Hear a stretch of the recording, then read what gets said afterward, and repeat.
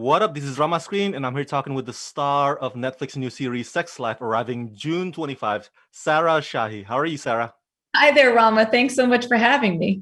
Thank you for taking the time. You give such bold and brave performance in this role. I mean, you really go the distance.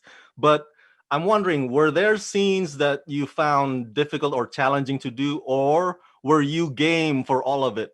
Well, I was game for all of it, but yes, a lot of it was difficult. It's like, I mean, the sex scenes in itself, it's like you're so vulnerable, obviously, and then I had a fair bit of emotional scenes where my character is in a her heart is in a million pieces, and both of those were just incredibly hard to do, and I was scared every time before I had to go on screen and do either of those. So there was just a lot of praying involved. Dear But you God, please don't let me mess this up.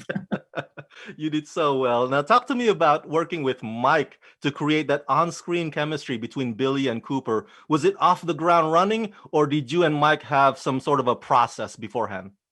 Well, Mike and I, we've actually known each other for years. Ah, We had mutual friends in common, but we never were able to work with each other or even hang out with each other. So the fact that the last time I saw Mike before I worked with him was probably 20 years ago or 18 years ago. And then all of a sudden I see him on set. So there was a lot of natural affinity that was already built in. And Stacy just did such an incredible job of casting. Stacy, everyone at Netflix, Miles, they just really got hit it on the head. These characters are so warm individually on screen with one another. So I hope that it would be only natural that when you see us on screen that it already looks like there's so much history and everything. And we shot this when the world was shut, so there wasn't a lot of off-screen hanging that we could do in order to build history with one another. And so it was just literally like jumping into the deep end with each other, but we got to hold hands while doing it, and hopefully it worked. I feel like this show is also a bit of a cautionary tale for us to not leave our journal lying around anywhere. but on a serious note, though, what does this show want to say about what married couples out there can do to keep that spark alive? Or is sex life open to interpretation?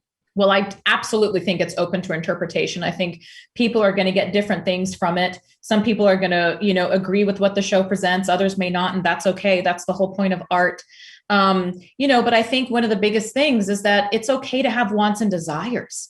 I think as we get older and we settle in to our, mundane lives, it's like we put our wants and desires on hold, be it sexual wants and desires, or if it's a career or what we want. And I think the message here is that, first of all, it's okay to have those things, that it's nothing to be ashamed of, to have these fulfillment goals, but also to have the courage to go out there and to get them, because it's not just going to fall into your lap one day, so it's like to go out there, find the truth of who you are, and really have the courage to go out there and seek it. And also have fucking fun. Because if it's one thing that I learned from Billy, she is dynamite in a box. And this show is meant to be like the richest piece of chocolate you've ever bitten into, and to really sit there and say, wow, this feels good and I want more. And that's okay.